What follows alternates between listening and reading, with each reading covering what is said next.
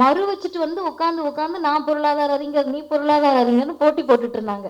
மடார்னு மண்டையில தட்டி எல்லாம் பொருளாதார அறிஞர் எல்லாம் வீட்டுக்கு கிளம்புன்னு விவாத மேடைகளில் உண்மையான பொருளாதார அறிஞராக வந்து அமர்ந்த ஐயா ஜெயரஞ்சன் அவர்கள், எனக்கு தெரிஞ்சு அவர் வந்து உட்கார்ந்ததுல இருந்து மறு வச்சுட்டு யாரும் பொருளாதார அறிஞர்னு வர்றதில்லை.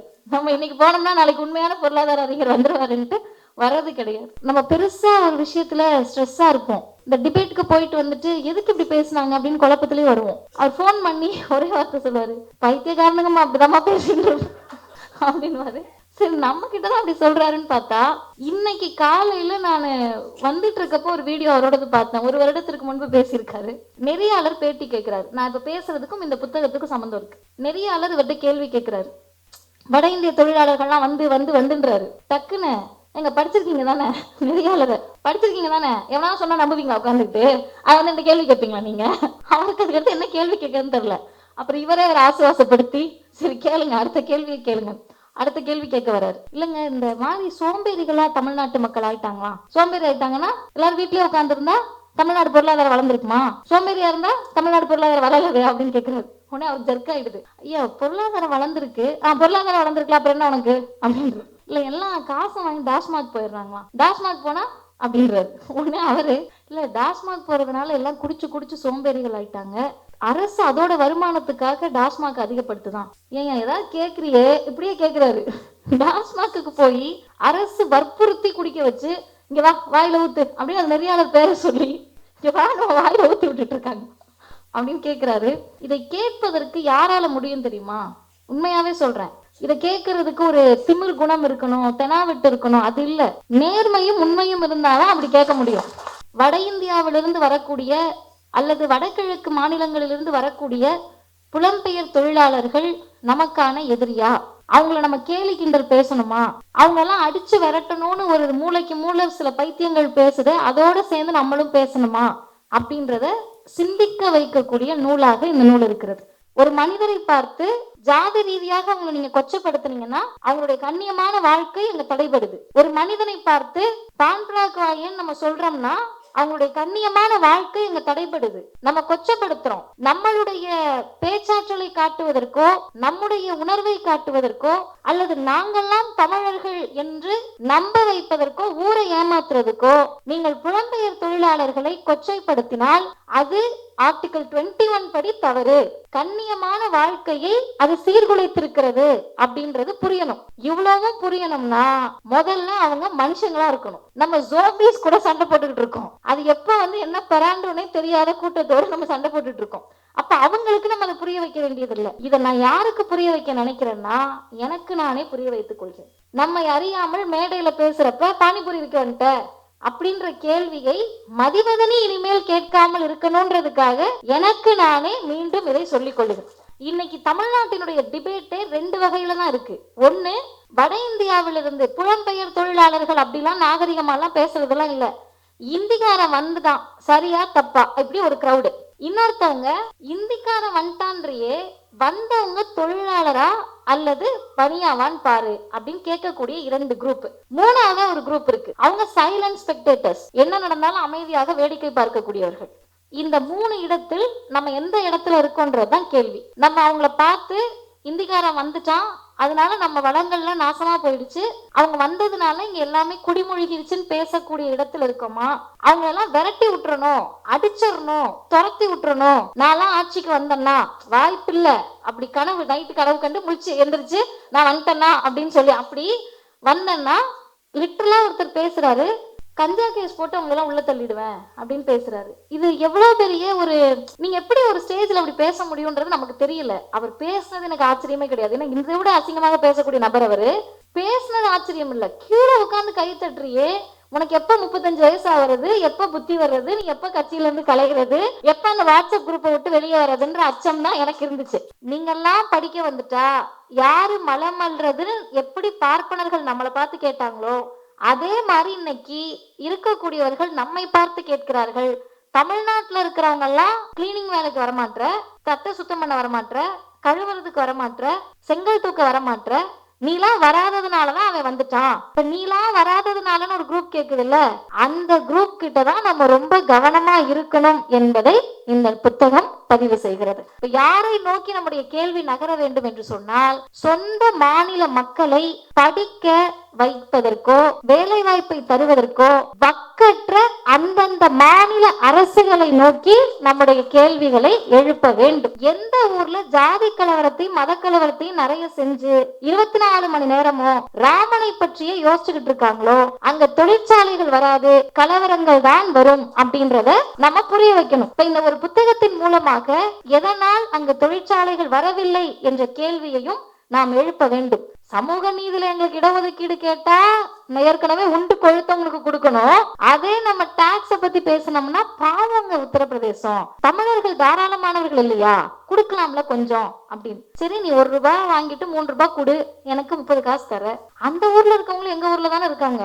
இவங்களை நாங்க பாத்துக்கிறதுக்காகவாது எக்ஸ்ட்ரா ஒரு 20 பைசா போட்டு 50 பைசாவாவது தரலாம்ல. சரி, ஒன்றிய அரசு இவ்வளவு எல்லாம் பேசினாலும் இல்ல, இதெல்லாம் விளங்காது, காசு தர மாட்டாங்கன்னு வச்சுப்போம். முன்னாடி என்ன பண்ணாரு ஏடிஎம்கே பீரியட்லனா, பேரே தமிழ்நாடு தேர்வாணையம், ஆனா தமிழ் தெரியாதவங்களும் தேர்வு எழுதிக்கலாம் அப்படின்னு சொல்லி ஒரு தாராளமான ஒரு விஷயத்த செஞ்சாங்க அதிமுக கவர்மெண்ட்ல. தமிழ் தேசியம் பேசக்கூடிய ஒருத்தர் கூட அதை எதிர்த்து கண்டன குரலோ ஆர்ப்பாட்டமோ போராட்டமோ நடத்தல. எந்த நூல் வெளியீட்டு விழாவுக்கும் நான் கடைசி நேரம் வரைக்கும் புத்தகத்தை பார்த்துக்கிட்டே இருந்ததில்ல. ஒரு எக்ஸாம் ப்ரிப்பரேஷன் மாதிரி இருந்தேன். சரி, நான் மட்டும்தான் அப்படி வந்திருக்கேன்னு பார்த்தா அண்ணன் கருப்பழனி அந்த நிலைமையில தான் இருந்தாங்க. நாங்க தான் அப்படி வந்திருக்கோம்னு பார்த்தா ஐயா சுபவி அவர்களும் அதே நிலையில் தான் இருந்தார்கள்.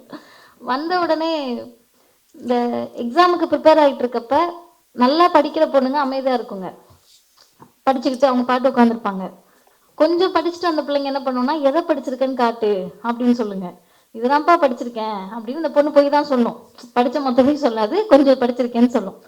இன்னொருத்தவங்க வந்து என்ன சொல்லுவாங்கன்னா, இதெல்லாம் வராது அப்படின்வாங்க. அந்த மாதிரி நான் வந்து புத்தகத்தை வச்சுட்டு உட்காந்துருந்தேன். அண்ணன் வந்து கேட்டாங்க, என்னம்மா இந்த புக்கை வச்சுட்டு உட்காந்துருக்க, உனக்கு அனுப்பிட்டாங்களா அந்த புக்கை அப்படின்னாரு. சரி, அவருக்கு அனுப்பல போலன்னு நினைச்சா அவர் கையில வச்சிருக்காரு, சரின்னு விட்டுட்டேன். கொஞ்ச நேரம் கழிச்சு இதுல இங்கிலீஷ் புக் வச்சிருக்கான்னு கேட்டார். இருங்க நான் தரேன் அப்படின்னு பேக்ல இருந்து எடுத்தேன். நம்ம கிளி ஜோசியக்காரன் சீட் எடுத்து போற மாதிரி எல்லா புக்கும் வச்சிருக்கேன் அப்படின்னாரு. எல்லா புக்கும் வச்சிருக்கேன்னா உள்ள என்ன இருக்குன்றதுதான் திரும்ப திரும்ப படிச்சுக்கிட்டே இருக்கேன்னு சொன்னேன். அந்த அளவிற்கு ஒரு புத்தகத்தின் மூலமாக ஒரு புக்ல என்ன பண்ண முடியும் அப்படின்னு கேட்டா, வெறுமனே அது கவிதையாக இருக்கட்டும், கதையாக இருக்கட்டும், அல்லது ஒருவருடைய வரலாறாக இருக்கட்டும், எதுவாக இருந்தாலும் படிச்சுட்டு கடந்து போகக்கூடிய வகையில் இருந்தால் அது ஒரு நூலுக்கான இலக்கணமாக இருக்காது. கொஞ்சமாவது அந்த நூலினுடைய தாக்கம் நம்ம போற இடங்கள்ல எல்லாம் இதைதானே அதுல எழுதியிருந்தாங்க, இப்படிதானே இந்த சமூகம் இருக்கு, இதைதானே சார் எழுதியிருந்தாருன்னு ஒரு ஒரு இடத்திலும் நம்முடைய சிந்தனையை தூண்டினால்தான் அது ஒரு நல்ல சிறந்த ஆய்வுக்கான இலக்கணமாக இருக்கும். அப்படி ஆகச்சிறந்த ஆய்வுகளை தொடர்ந்து நடத்தி வரக்கூடிய பெரும் மதிப்பிற்கும் மரியாதைக்கும் உரிய ஐயா ஜெயரஞ்சன் அவர்களுக்கு அனைவரின் சார்பிலும் நம்முடைய நன்றியை தெரிவிக்க கடமைப்பட்டிருக்கிறோம். அவருக்கு எதுக்காக நன்றி, அதுவும் குறிப்பா எங்களை போன்ற இளைஞர்கள்னு சொன்னா, ஒரு காலகட்டத்துல இதெல்லாம் உங்களுக்கான துறை இல்லை அப்படின்னு பார்ப்பனியமும் ஆரியமும் ரொம்ப தெளிவா நம்ம மூளையில ஏற்றி வச்சிருந்தாங்க.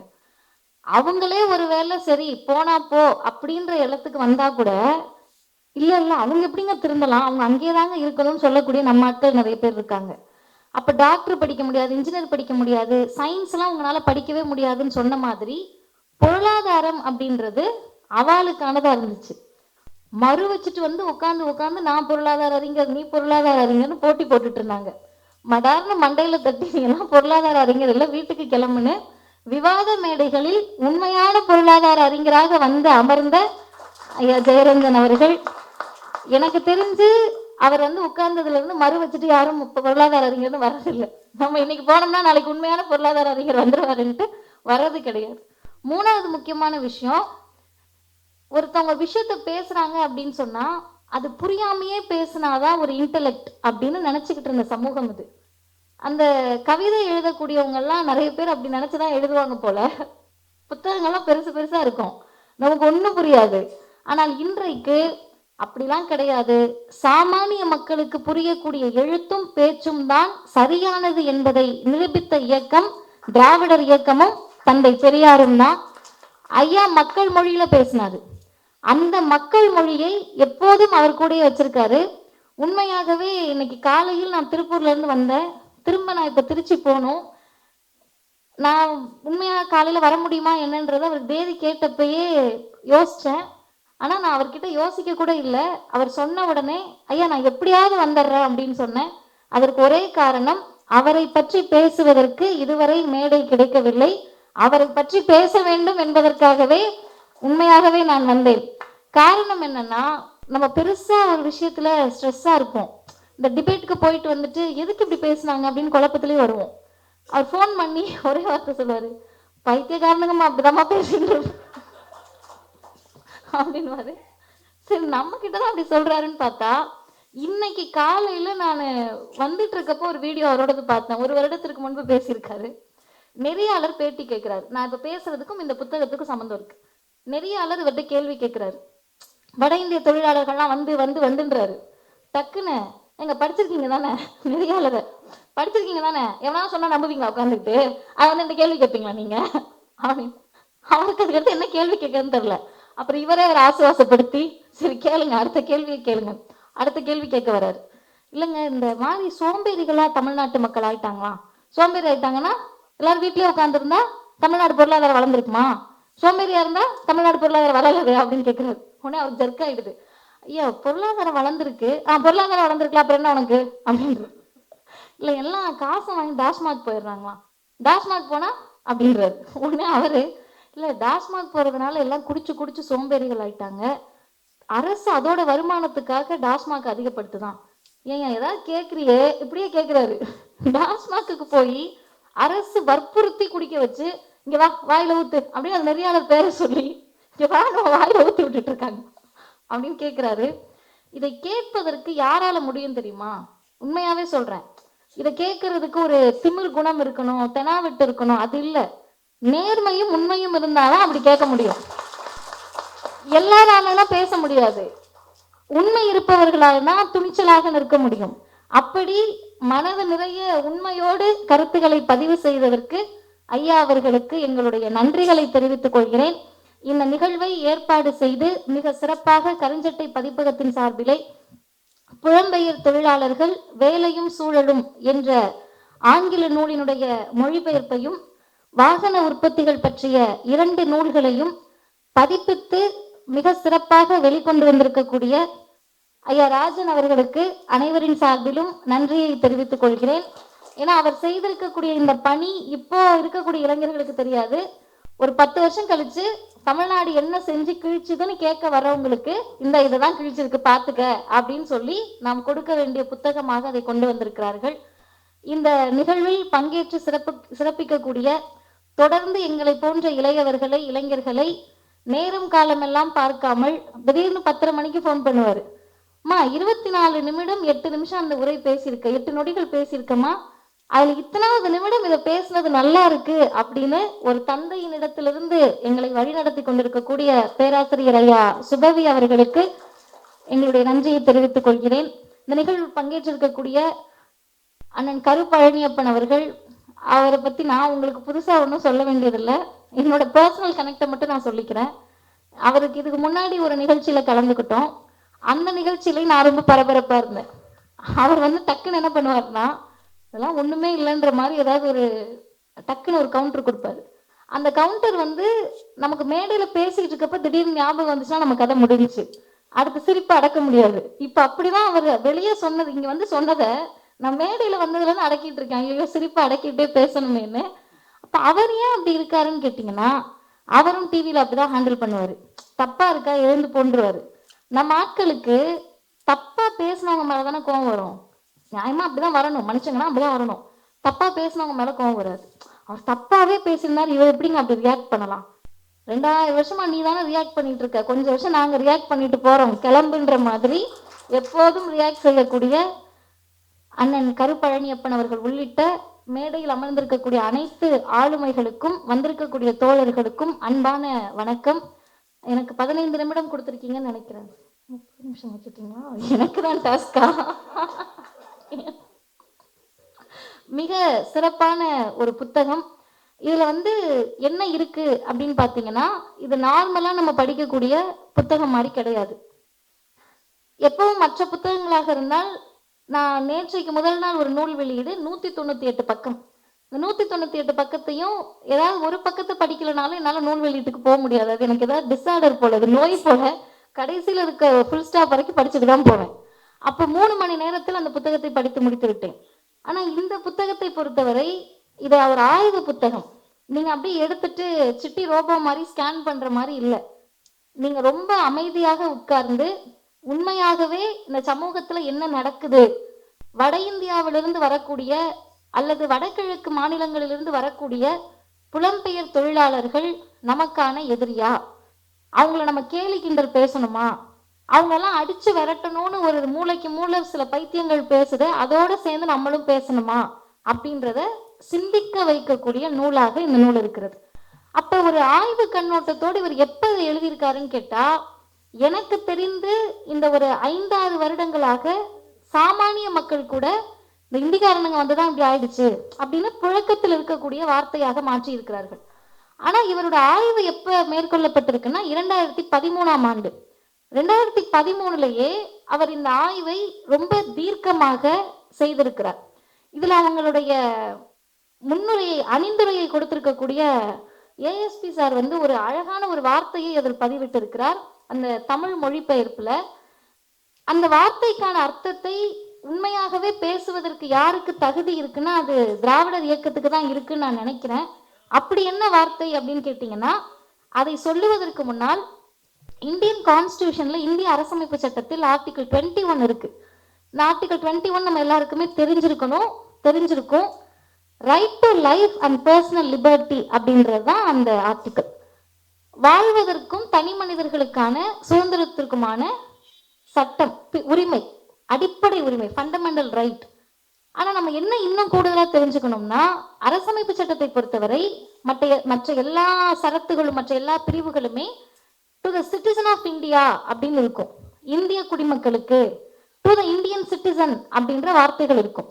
ஆனா இந்த பிரிவுல மட்டும்தான் டு த பர்சன் என்ற வார்த்தை இருக்கும். அந்த பர்சன், பீப்புள் அப்படின்ற வார்த்தைக்கு என்ன அர்த்தம்னு கேட்டா, இந்தியாவில் வாழக்கூடிய எல்லா மக்களும், அந்த மக்கள் வந்து அகதிகளாக வந்திருக்கலாம், அந்த மக்கள் புலம்பெயர் தொழிலாளர்களா இருக்கலாம், அந்த மக்கள் வேறு நாட்டில இருந்து இங்க வந்து சும்மா வெக்கேஷனுக்கு வந்திருக்கலாம், அவங்க யாரா வேணா இருக்கலாம்.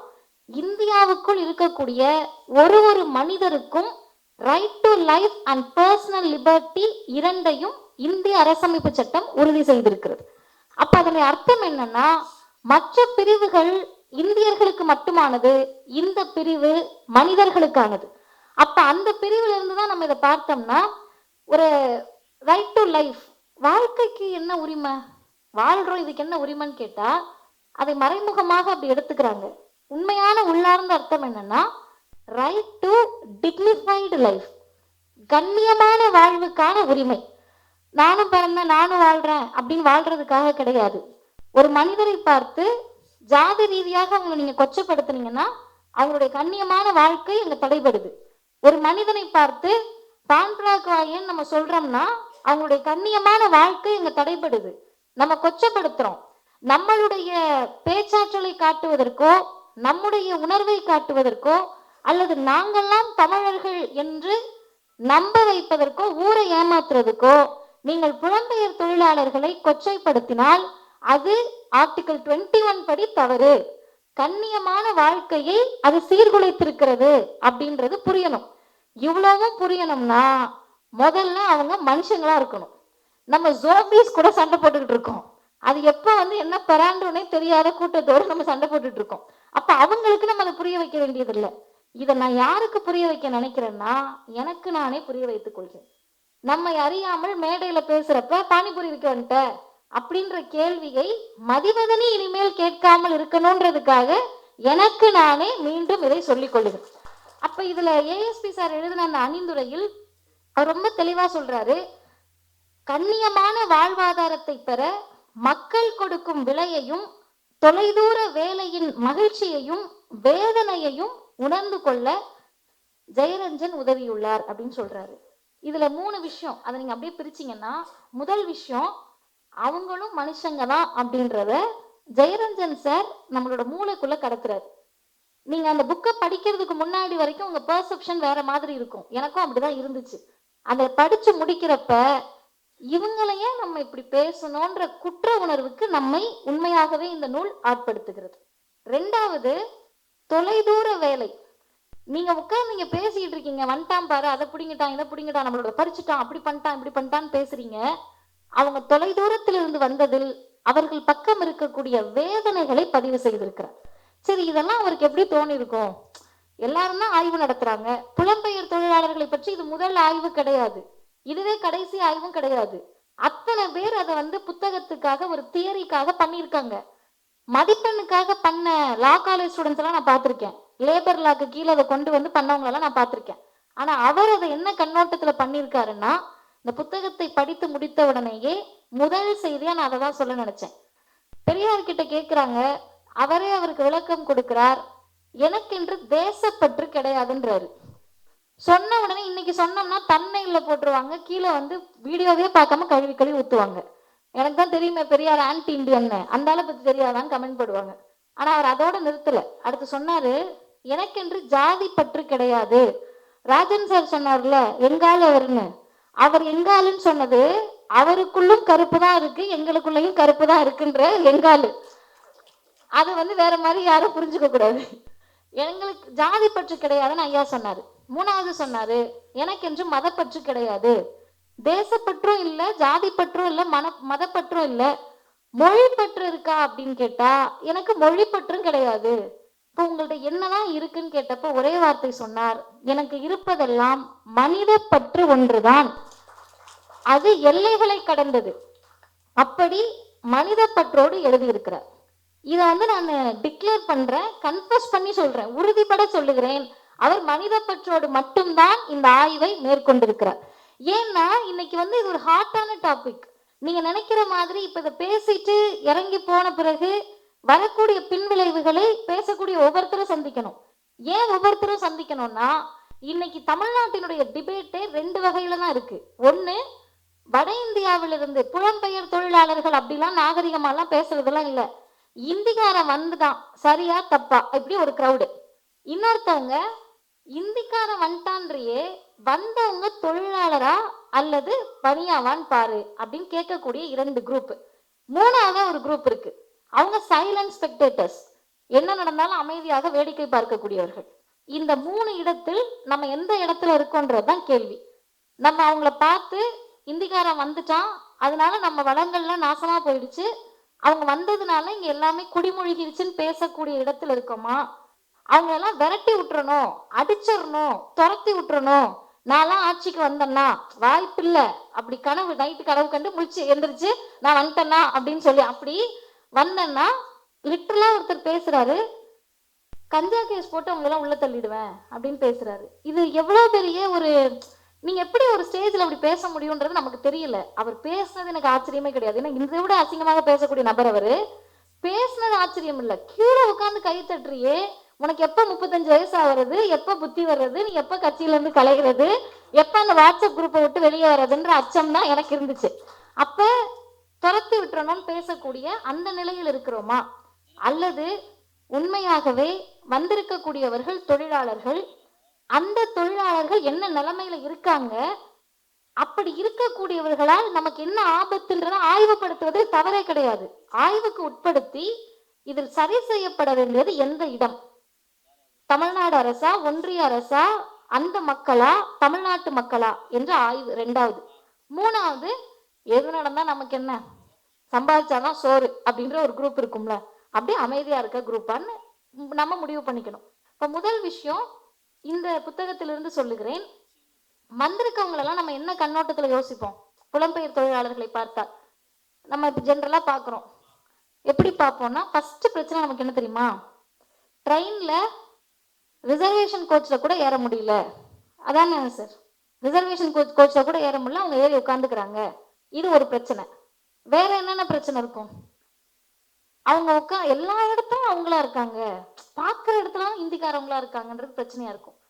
மூணாவது பிரச்சனை நமக்கு என்ன நியாயமா இருக்கணும்னா, பேங்க்ல போய் ஏதாவது கட்டணும், செக்க கொடுக்கணும்னா கூட அவன் பேசுறது நமக்கு புரியலையேன்னு பிரச்சனை வரணும். ஆனா நமக்கு வங்கிகள்ல உட்கார்ந்து இருக்கக்கூடிய இந்திக்காரர்கள் மீது அவ்வளவு வெறுப்பு வர்றது கிடையாது. பேங்க்ல உட்கார்ந்துகிட்டு திமிர்த்தனமா உட்கார்ந்துகிட்டு அந்த எஸ்பிஐக்கு கூட ஒருத்தவங்க போட்டிருந்தாங்க, ஆஃப்டர் லஞ்ச் எத்தனை மணிக்கு தான் நீ லஞ்சுக்கு போவ, எந்த நேரம் வந்தாலும் ஆஃப்டர் லஞ்ச் வாங்குற, 4 மணிக்கு வந்தோம்னா நாளைக்கு வாங்குற, அப்ப நீ எந்த நேரத்துல தான் சாப்பிட போற, எல்லா நேரமும் ஆஃப்டர் லஞ்சுன்றேன். இப்ப இந்த ஹிந்திக்காரர்கள் மேல நமக்கு கோபம் வருதா? ரெண்டாவது ரயில்வே, டிடிஆர் எல்லாருமே ஹிந்திக்காரங்களா இருக்காங்க, நம்ம பேசுறது புரிய மாட்டேங்குது, நான் தனியா வந்திருக்கேன் எனக்கு இடம் கொடுங்க அப்படின்னு கேட்கணும், அதுக்கு கூட முடியல. இப்படி வேற எங்கெல்லாம் ஹிந்திக்காரங்க இருக்காங்க? பேங்க்ல இருக்காங்க, ரயில்வேல இருக்காங்க, வேற எங்க இருக்காங்க? ஹோட்டல்ஸ், மத்திய அரசு அலுவலகங்கள்ல இருக்காங்க, ஹோட்டல்ல இருக்காங்க, ஏர்போர்ட்ல இருக்காங்க, டிக்கெட் கவுண்டர் ஃபுல்லா அவங்க தான் இருக்காங்க. இப்போ முதல் விஷயம் ரெண்டு நான் சொல்லிட்டேன். நான் சொன்ன பிறகு கேட்ட எல்லா கேள்வியிலையும் பாருங்க, ஹோட்டல்ல இருக்காங்க, சர்வரா இருக்காங்க, ரோட்ல நிக்கிறாங்க, ஏர்போர்ட் வாசல்ல விற்கக்கூடியவங்களா இருக்காங்க, மெட்ரோல வேலை பார்க்குறவங்களா இருக்காங்க. அப்ப நீங்க கடைசி வரை பார்த்தீங்கன்னா நம்மளுடைய மூளையிலும் உழைக்கக்கூடிய மக்களை பற்றி தான் நம்ம திரும்ப திரும்ப திரும்ப திரும்ப பேசிக்கிட்டு இருக்கோமே தவிர, சுபகுணராஜன் சார் சொன்ன மத்திய அரசு அலுவலகங்கள்ல உட்கார்ந்து இருக்கக்கூடிய இந்திக்காரர்களை பற்றி நாம் சிந்திக்கிறோமா அப்படின்ற கேள்வியை நம்ம எழுப்பணும். இதை இந்த நூல் எழுப்புகிறது. எந்த வகையிலன்னு கேட்டீங்கன்னா 4 வகையில. முதலில் அவர் ஒரு விஷயத்தை என்ன ஆய்வுக்கு உட்படுத்துறாருன்னா, வரக்கூடிய புலம்பெயர் தொழிலாளர்கள் எந்த சமூகத்தை சார்ந்தவர்கள், பிசியா, எம்பிசியா, எஸ்சியா, எஸ்டியா அப்படின்னு ஆய்வு மேற்கொள்கிறார்கள். அல்ல பிசி எத்தனை சதவீதம், எம்பிசி, எஸ்சி, எஸ்டி எத்தனை பேருன்றத அவர் கவுண்ட் கொடுக்குறாரு. அந்த கவுண்ட்டுக்குள்ள நான் போல. அதுல முக்கியமான விஷயம் என்னன்னு கேட்டீங்கன்னா, உயர் வகுப்பினர் 1% கீழே தான் இருக்காங்க. அப்ப என்ன அர்த்தம்னா, தந்தை பெரியார் சொன்னார், நீ தொழிலாளியாக இருக்கன்னு சொன்னா அதற்கு காரணம் நீ சூத்திரனா இருக்க. நீ சூத்திரனா இருக்கனாலதான் தொழிலாளியா இருக்கே தவிர தொழிலாளியாக இருப்பதால் நீ சூத்திரனாக இல்லை.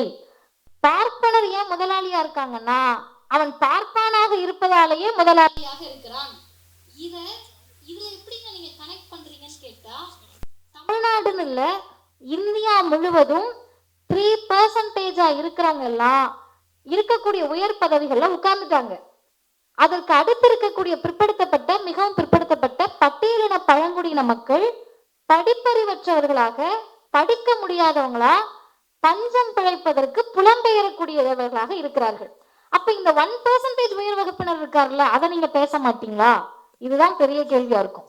மிச்சம் 99% நம்ம ஆட்கள் இருக்கக்கூடிய பார்ப்பன அல்லாத மக்கள் புலம்பெயர்வதை பற்றி நம்ம கேள்வி கேட்காததுனால 1% நாங்க இருக்கோம் இல்லைன்னு அவங்க கிரெடிட் எடுத்துப்பாங்க. இது ஒண்ணு. ரெண்டாவது முக்கியமானது, இப்படி வரக்கூடியவர்கள் தமிழ்நாடுன்னு இல்லை, பொதுவா அவரு எல்லா ஊர்ல இருந்தாலுமே எப்படி இருக்காங்க அப்படின்னா, பெரிய 5 ஸ்டார் ஹோட்டல்ல அவங்க தங்கல, 3 ஸ்டார் ஹோட்டல்ல தங்கல, அழகா வீடு எடுத்து மாசம் 15,000 ரூபாய் வாடகை கொடுத்து குடும்பமா வந்து தங்கல. ஒண்ணு வீட்டுல யாராவது ஒருத்தர் வந்திருப்பாரு, இல்ல 2 பேர் வந்திருப்பாங்க, சில பேர் குடும்பமாக வந்திருப்பாங்க. இப்படி வந்தவங்க எல்லாம் எங்க தங்கியிருக்காங்கன்னு கேட்டா, எங்க வேலை பார்க்குறாங்களோ அவங்களே ஒரு இடம் கொடுப்பாங்க, அந்த இடத்துல தங்கியிருப்பாங்க. தங்கின இடத்துல சாப்பாட்டுக்கு வழி இல்லைனாலும் கேட்க முடியாது, காசு பத்தல அப்படின்னு கேட்க முடியாது, சம்பளம் பத்தலன்னு கேட்க முடியாது, டாய்லெட் வசதி இல்லைன்னு கேட்க முடியாது. இதுதான் அவர்களுடைய நிலை. இந்த நிலை சரியா தப்பா அப்படின்றத நம்ம கடைசியா பார்ப்போம். மூணாவது முக்கியமானது, வரக்கூடியவர்கள் குற்றவாளிகளா? எல்லா குற்றம் சுமத்தப்படுகின்ற போது கூட இந்திக்காரம் பண்ண குற்றம் அப்படின்னு நம்ம ஒரு ஃப்ரேம்குள்ள கொண்டு வரமே, அது சரியானதா அப்படின்ற கேள்வியை முன்வைக்கிறேன். இந்தி பேசுறதுனாலயோ அல்லது வட இந்தியால இருந்து வந்ததுனாலயோ வடகிழக்கு இந்தியால இருந்து வந்ததுனாலயோ ஒரு புலம்பெயர் தொழிலாளரை பார்த்த உடனே நீ தான் இந்த தப்பை செஞ்சிருப்பன்னு சொல்றது சரியா அப்படின்ற கேள்வியை கேட்கிறேன். நாலாவது முக்கியமான விஷயம் என்ன அப்படின்னு பாத்தீங்கன்னா, இவர்கள் எல்லாம் வந்திருக்காங்களே, எதுக்கு சார் வந்திருக்காங்க? அந்த கேள்வி ஒரு கேள்விக்காக நான் பதில் சொல்லி உரையை நிறைவு செய்கிறேன்.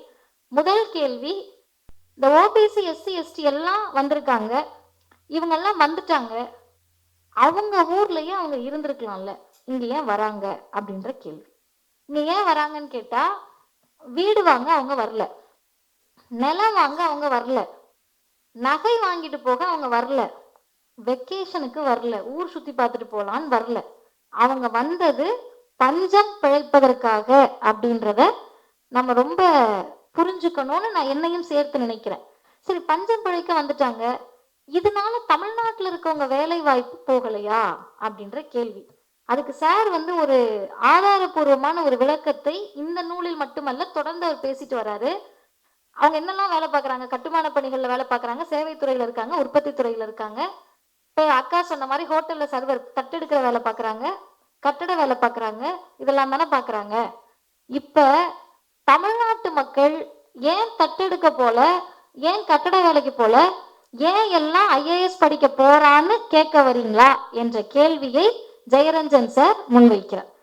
இந்த கேள்வி இன்னைக்கு வந்த கேள்வி அல்ல, நூறாண்டு கால திராவிடர் இயக்கத்தினுடைய கேள்வி. அந்த கேள்வி இன்னும் கொஞ்சம் நீங்க ரீஃபைன் பண்ணி பார்த்தீங்கன்னா, நீங்கெல்லாம் படிக்க வந்துட்டா யாரு மலம் அல்றதுன்னு எப்படி பார்ப்பனர்கள் நம்மளை பார்த்து கேட்டாங்களோ அதே மாதிரி இன்னைக்கு இருக்கக்கூடியவர்கள் நம்மை பார்த்து கேட்கிறார்கள். தமிழ்நாட்டில் இருக்கிறவங்க எல்லாம் கிளீனிங் வேலைக்கு வரமாட்ற, தட்டை சுத்தம் பண்ண வரமாட்ற, கழுவுறதுக்கு வரமாட்ற, செங்கல் தூக்க வரமாட்ற, நீலாம் வராததுனாலதான் அவன் வந்துட்டான். இப்ப நீலாம் வராததுனாலன்னு ஒரு குரூப் கேக்குதுல்ல, அந்த குரூப் கிட்ட தான் நம்ம ரொம்ப கவனமா இருக்கணும் என்பதை இந்த புத்தகம் பதிவு செய்கிறது. அந்த குரூப் எந்த குரூப்ன்றத நம்ம முடிவு பண்ணிக்கணும். அதுக்கு அடுத்து முக்கியமானது, சரி நீங்க எல்லாம் இந்த வேலைக்கு போலையா, அப்ப நீங்க என்ன ஆனீங்க, தமிழ்நாடு என்னதான் ஆச்சு அப்படின்னு கேட்டா, நேற்றைக்கு நான் திருப்பூர் போயிருந்தேன். அதில் எங்களுடைய இயக்கத்தை சார்ந்தவர்கள் அவங்க ஒரு கம்பெனி நடத்திட்டு இருக்காங்க. அவங்க கிட்டயே நான் அந்த புத்தகத்தை படிச்சுட்டு இருக்கப்ப அவங்க கிட்ட நான் கேள்வி கேட்டேன், எத்தனை பேர் ஹிந்திக்காரவங்க வேலை பார்க்குறாங்க உங்களோட, ஏன்னா அவங்களுக்கு இந்த வட இந்தியா வடகிழக்கு இந்தியெல்லாம் தெரியாது, ஹிந்திக்காரங்க எத்தனை பேர் வேலை பார்க்குறாங்கன்னு கேட்டேன். 2 பேர் தமிழ் ஆட்களை தவிர மற்ற எல்லாருமே ஹிந்திக்காரங்க தான் வேலை பார்க்குறாங்கன்னு சொன்னாங்க.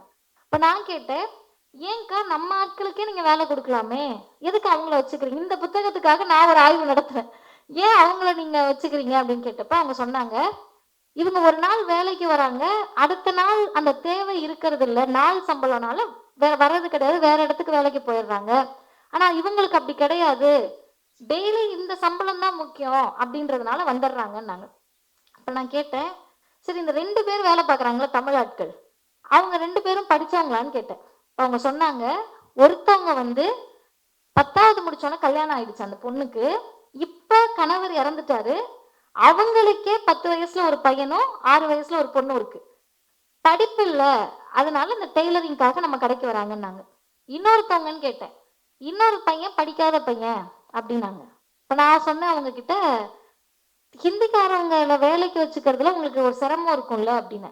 அதுக்கு அவங்க என்ன சொன்னாங்கன்னா, தமிழ் ஆட்கள் வேலைக்கு வந்தா நான் அவங்களை வேலைக்கு வச்சுக்க மாட்டேன்னாங்க. இப்ப நான் சொன்னேன், தமிழ் ஆட்கள் வேலைக்கு வந்தான்னா இந்த வேலைக்கு வந்து வரணும்னு ஆசைப்படுறீங்களான்னு கேட்டேன். இப்ப அவங்க என்ன சொல்றாங்கன்னா, நம்ம எல்லாருடைய மூளையிலும் இது நிச்சயம் இருக்கும், தமிழ் ஆட்கள் இப்பெல்லாம் எங்கம்மா வேலைக்கு வராங்க, வீட்டுல படுத்து படுத்து தூங்குறாங்க அப்படின்னு லிட்டரலா சொன்னாங்க. இதே கேள்வி ஒருத்தவங்க கேட்டாங்க, எல்லாம் சோம்பேறியா வீட்டுல படுத்து படுத்து தூங்குறாங்களாமேன்னு.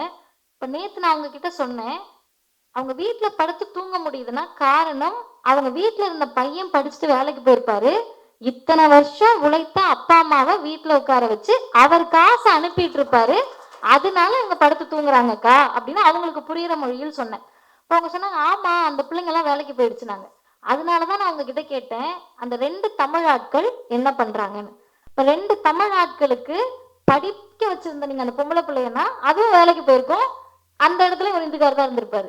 இந்த இன்னொரு பையனை உங்க குடும்பம் படிக்க வச்சிருந்தா அந்த பையனை வேலைக்கு போயிருப்பாரு, அந்த இடத்துல இந்திக்காரங்க தான் இருந்திருப்பாங்க. இப்ப யாரை நோக்கி நம்முடைய கேள்வி நகர வேண்டும் என்று சொன்னால், சொந்த மாநில மக்களை படிக்க வைப்பதற்கோ வேலை வாய்ப்பை தருவதற்கோ வக்கற்ற அந்தந்த மாநில அரசுகளை நோக்கி நம்முடைய கேள்விகளை எழுப்ப வேண்டும். ஏன் உங்க மாநிலத்தில் இருக்கவங்களை படிக்க வைக்கல?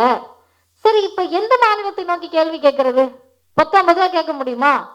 நம்ம அவங்கள மாதிரி இங்க உட்கார்ந்துக்கிட்டு தமிழ்நாடு அரசே, தமிழ்நாடு செய்யலையா, அது வேற மாநிலத்துல, அதெல்லாம் இல்லை, எந்த மாநிலத்துல நடந்தாலும் தமிழ்நாடு தான் அப்படிலாம் கேள்வி கேட்க முடியாது. இப்ப எந்தெந்த மாநிலத்திலிருந்து அதிகமாக புலம்பெயர் தொழிலாளர்கள் வந்திருக்கிறார்கள் என்பதை பதிவு செய்திருக்கிறார். இதில் குறிப்பான ஒரு செய்தி என்னன்னா, சதர்ன் ஸ்டேட்ஸ் தென்னிந்திய மாநிலங்களும் வெஸ்ட் இந்த 2 பகுதி சவுத் அண்ட் வெஸ்ட் இந்த 2 பகுதிகளில் தான் டெவலப்மெண்ட் இருக்கு, வளர்ச்சிகள் இருக்கு. வட இந்தியாவிலும் வடகிழக்கு இந்தியாவிலும் வளர்ச்சிகள் இல்லை. உத்தரப்பிரதேசத்துல இருந்து ஆட்கள் இங்க வராங்கன்னு சொன்னா உத்தரப்பிரதேசத்தில் வருமானத்திற்கான வாய்ப்பு இல்லை. ஏன் இல்லை? தொழிற்சாலைகள் குறைவு. தொழிற்சாலைகள் ஏன் குறைவு? அங்கு உங்க மக்களை படிக்க வச்சாதான் வேலை வாய்ப்புக்கான தேவை வரும். வேலை வாய்ப்புக்கான தேவை வந்தாதான் தொழிற்சாலைகள் கட்டணும்னு தோணும். தொழிற்சாலைகள் கட்டினால் அந்த மக்கள் அங்கேயே வேலை பார்த்திருப்பாங்க. ஏன் உத்தரப்பிரதேசத்துக்கு தொழிற்சாலைகள் அதிகமாக வரலன்றத நம்மளுடைய சித்தாந்த ரீதியாக எதிர்நோக்கினால், எந்த ஊர்ல ஜாதி கலவரத்தையும் மத கலவரத்தையும் நிறைய செஞ்சு 24 மணி நேரமும் ராமனை பற்றியே யோசிச்சுக்கிட்டு இருக்காங்களோ அங்க தொழிற்சாலைகள் வராது, கலவரங்கள் தான் வரும் அப்படின்றத நம்ம புரிய வைக்கணும். இப்ப இந்த ஒரு புத்தகத்தின் மூலமாக எதனால் அங்கு தொழிற்சாலைகள் வரவில்லை என்ற கேள்வியையும் நாம் எழுப்ப வேண்டும். அருமை தோழர்களே, இதெல்லாம் சரி, உத்தரப்பிரதேசம், பீகார் இங்கெல்லாம் இருந்து அதிக பேர் வராங்க, இங்கெல்லாம் இருந்து அதிக பேர் இங்க வந்துடுறாங்க. அப்ப அந்த மாநிலத்தினுடைய பாப்புலேஷன் ஏதோ ஒரு வகையில் குறைஞ்சு நமக்கு பாப்புலேஷன் பார்ப்பதற்கு அதிகமாகுது. இது யதார்த்தம் தானே? இப்ப பாப்புலேஷன் அதிகமாயிடுச்சுன்னா உங்ககிட்ட நான் வந்து கேட்கிறேன், எத்தனை புலம்பெயர் தொழிலாளர்கள் தமிழ்நாட்டில் இருப்பாங்கன்னு. நமக்கு என்ன தெரியுமா பதில் தெரியும்? எல்லா பக்கமும் அவனுங்கதான் இருக்கானுங்க அப்படிதான் பதில் தெரியுமே தவிர பெர்சன்டேஜா தெரியாது, அல்லது எண்ணிக்கையாக தெரியாது. இந்த எண்ணிக்கையை கணக்கிட வேண்டியது யாருடைய பொறுப்பு? ஒன்றிய அரசினுடைய பொறுப்பு. பாப்புலேஷன் டேட்டாவையும் மக்கள் தொகை கணக்கெடுப்பையும் எடுக்க வேண்டிய கடமையும் பொறுப்பும் ஒன்றிய பிஜேபி அரசுக்கு இருக்கு. ஆனா அவங்க அதை எடுக்கிறதுக்கு தயாரா இல்லை. ஏன் எடுக்கிறதுக்கு தயாரா இல்லைன்னு என்னுடைய புத்திக்கு எட்டிய வரை நான் சொல்லுகிறேன். தவறாக இருந்தால் சாரோ மற்றவங்கள திருத்தலாம். இன்னைக்கு தமிழ்நாடு வந்து 1 ரூபாய் கொடுத்தா 30 காசு 30 பைசா வருது. 30 பைசா வர்றப்ப உத்தரப்பிரதேசத்துக்கு எவ்வளவு போகுதுன்னா 3 ரூபாய் போகுது. ஏன்னா அவங்க பாவம், அவங்களுக்கு ஒண்ணுமே இல்லைங்க. போஷாக்கு இல்லாத குழந்தைக்கு தானே நிறைய தரணும். சமூக நீதியில எங்களுக்கு இடஒதுக்கீடு கேட்டா ஏற்கனவே உண்டு கொழுத்தவங்களுக்கு கொடுக்கணும். அதே நம்ம டாக்ஸை பத்தி பேசணும்னா பாவங்க உத்தரப்பிரதேசம், தமிழர்கள் தாராளமானவர்கள் இல்லையா, கொடுக்கலாம்ல கொஞ்சம் அப்படின்னு. சரி, நீ 1 ரூபாய் வாங்கிட்டு 3 ரூபாய் கொடு, எனக்கு 30 காசு தர. அந்த ஊர்ல இருக்கவங்களும் எங்க ஊர்ல தானே இருக்காங்க. இவங்களை நாங்க பாத்துக்கிறதுக்காகவாது எக்ஸ்ட்ரா ஒரு 20 பைசா போட்டு 50 பைசாவாவது தரலாம்ல அப்படின்ற கேள்வியை இந்த புலம்பெயர் தொழிலாளர்களோட டேட்டா இருந்தாதான் நம்ம கேட்க முடியும். தமிழ்நாட்டோட பாப்புலேஷனை மனசுல வச்சுட்டு தானே நீ காசு தர. எங்க பாப்புலேஷனை நாங்க குறைச்சிட்டோம். அன்றைக்கே வீட்டுல இருக்கக்கூடிய மக்கள் தொகையெல்லாம் நீங்க தமிழ்நாட்டுல மட்டும் இல்ல இந்தியா முழுவதும் குறைக்கணும்னாங்க. எந்த மாநிலமும் சொல் பேச்சு கேட்கல. அரசு சொல்லுவதற்கு முன்பே தந்தை பெரியார் சொன்னதால் தமிழ்நாட்டுல மக்கள் தொகையை கட்டுக்கோப்பாக வைத்திருக்கிறோம். நீ மக்கள் தொகையை ஏன் கட்டுக்கோப்பா வச்சிருக்க, அதனால உனக்கு நான் பனிஷ்மெண்ட் தரேன்னு 29 பைசா தராங்க. இப்ப நம்ம உண்மையாகவே புலம்பெயர் தொழிலாளர்கள் எத்தனை பேர் என்று தெரிந்தால் அந்த பாப்புலேஷனையும் நம்ம தலையில தானே எழுதணும், நம்ம தானே அதுக்கும் சேர்த்து கேட்கணும். இன்னும் 2 செய்திகள் மட்டும். சரி, ஒன்றிய அரசு இவ்வளோலாம் பேசினாலும் இல்லை, இதெல்லாம் விளங்காது, காசு தரமாட்டாங்கன்னு வச்சுப்போம். அடுத்த கேள்வி, இங்க வந்துட்டாங்க, வந்த மக்களை அடித்து விரட்ட வேண்டும் என்ற வாதம் சரியானதா? சரி, இந்த மக்களை எல்லாம் அவங்க மாநிலத்துக்கு அனுப்பிடுறோம். அனுப்பின பிறகு இங்க இருக்கக்கூடிய வேலைகளை யார் பார்ப்பதுன்னு ஒரு கேள்வி வரும். இந்த யார் பார்ப்பது அப்படின்ற கேள்விக்கு நம்ம கிட்ட விடை இருக்கா? நேர்மையா நியாயமா இன்னைக்கு அவங்க எல்லாரையும் கோவிட் டைம்ல புலம்பெயர் தொழிலாளர்கள் எல்லாத்தையும் நடத்தியே அனுப்பி வைத்த அவலம் ஒன்றிய அரசுக்கு உண்டு. அப்படிலாம் போனவங்க இப்ப திரும்ப வந்துட்டாங்க. அவங்க வர வரைக்கும் பல பணிகள் இங்க அப்படியே நின்றுச்சு. இப்ப அவங்கெல்லாம் போயிட்டா இந்த வேலையை யார் பார்ப்பது அப்படின்ற கேள்வி. இந்த வேலையை நீங்களே பார்க்க வேண்டியதானன்னு யார் யாரை பார்த்து சொல்லுவதற்கு தயாராக இருக்கிறோம்? அது. 3வது, ஒன்றிய அரசு பணியிடங்களிலும் இங்க இருக்கக்கூடிய தமிழ்நாடு பப்ளிக் சர்வீஸ் கமிஷன் மூலமா வரவங்களும் சரி, முன்னாடி என்ன பண்ணாரு ஏடிஎம்கே பீரியட்லனா பேரே தமிழ்நாடு தேர்வாணையம், ஆனா தமிழ் தெரியாதவங்களும் தேர்வு எழுதிக்கலாம் அப்படின்னு சொல்லி ஒரு தாராளமான ஒரு விஷயத்த செஞ்சாங்க அதிமுக கவர்மெண்ட்ல. தமிழ் தேசியம் பேசக்கூடிய ஒருத்தர் கூட அதை எதிர்த்து கண்டன குரலோ ஆர்ப்பாட்டமோ போராட்டமோ நடத்தல. அப்பையும் கேள்வி கேட்டது திராவிடர் இயக்கம் தான். தமிழே தெரியாம உட்கார்ந்து எப்படிங்க தமிழ்நாடு பப்ளிக் சர்வீஸ் கமிஷன்ல வேலை பார்ப்பாங்கன்னு கேட்டோம். இன்றைய தமிழ்நாடு அரசு என்ன பண்ணிருக்காங்கன்னா, நீங்கள் தமிழ் தெரிந்திருந்தால்தான் அந்த தேர்வை எழுத முடியும்னு சொல்லியிருக்காங்க. இப்ப இந்த பேங்க்ல வேலை பார்க்குற, ரயில்வேல வேலை பார்க்குறவங்களெல்லாம் என்ன பண்றது? அவங்களாம் அதிகார வர்க்கம் தானே, அதை என்ன பண்றது அப்படின்ற கேள்விக்கு முன்னாடி நிறைய பேர் இதை சந்திச்சிருப்பீங்க. தமிழ்நாடு கவர்மெண்ட்டை நோக்கி கேள்வி கேட்பாங்க. பேரு State Bank of India, Tamil Nadu அரசுன்னுவாங்க. ரயில்வே, நான் ஒரு தடவை தென்காசிக்கு போனப்போ ஒருத்தவங்க வழக்கமா 3:30 மணிக்கெல்லாம் இறங்கி அவங்களோட பிரசங்கத்தை ஆரம்பிச்சிருவாங்க. 3% 3:30க்கு எழுந்து ஆரம்பிச்சிருவாங்க. அது எப்படி இருக்கும்னா, எல்லா அந்த சீட்ல உட்காந்துருக்க எல்லாருக்கும் கம்பார்ட்மெண்ட்ல கேட்குற மாதிரி இந்த அவங்க பேர் சொல்லி, இந்த ஸ்டாலின் கவர்மெண்ட்ல தாங்க இதெல்லாம் நடக்குது. பிடிஆர் என்ன பண்ணார் தெரியுமா, அவருன்னு எல்லாம் பேசுறாங்க. எனக்கு முழிச்சு உட்காந்துட்டு என்ன பண்றதுன்னு தெரியல. பேசுறதெல்லாம் பொய்யணும் தெரியுது. தனியா போயிருக்கோம், வாய் கொடுக்க வேண்டாம், அமைதியா உட்காந்துருக்கேன். இறங்குறப்ப அந்த தாத்தா கூன் விழுந்திருக்கு. ஆனா அவருடைய அந்த பார்ப்பனர்களுக்கே உரிய மொழியில சொல்றாரு, ஜிக்கு ஜிக்குன்னு வண்டியை வந்து பிரேக் போடுறானுங்க, எத்தனை தடவை தான் இந்த முதல்வருக்கு லெட்டர் எழுதுறது அப்படின்னு கேட்டாரு.